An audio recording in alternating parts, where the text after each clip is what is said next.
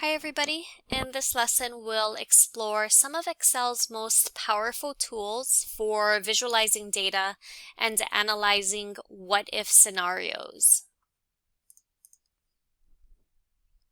So we're going to start with pie charts.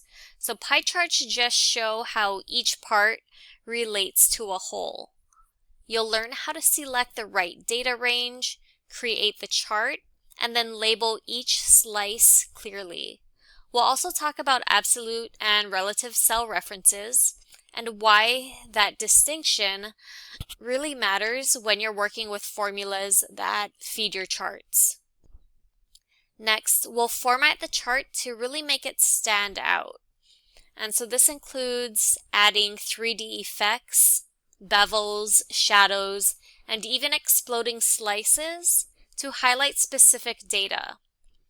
So you're going to see how to edit data in the worksheet and how the chart updates automatically when the numbers change. Then we're going to shift into what's called what-if analysis by using GoalSeek. And this is a feature that lets you work backward from a desired result to find the input you need. And then from there, you'll practice building formulas that model increases, percentages, and other business changes, applying correct order of operations, and using formula autocomplete, which is really going to save you time.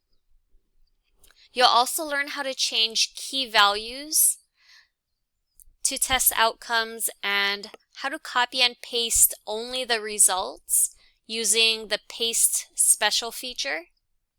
And this is going to help preserve your what-if answers. We'll also create line charts, which will show trends over time and review the x-axis and y-axis to organize your data. You'll also format grid lines, axis labels, and chart backgrounds for clarity and visual appeal.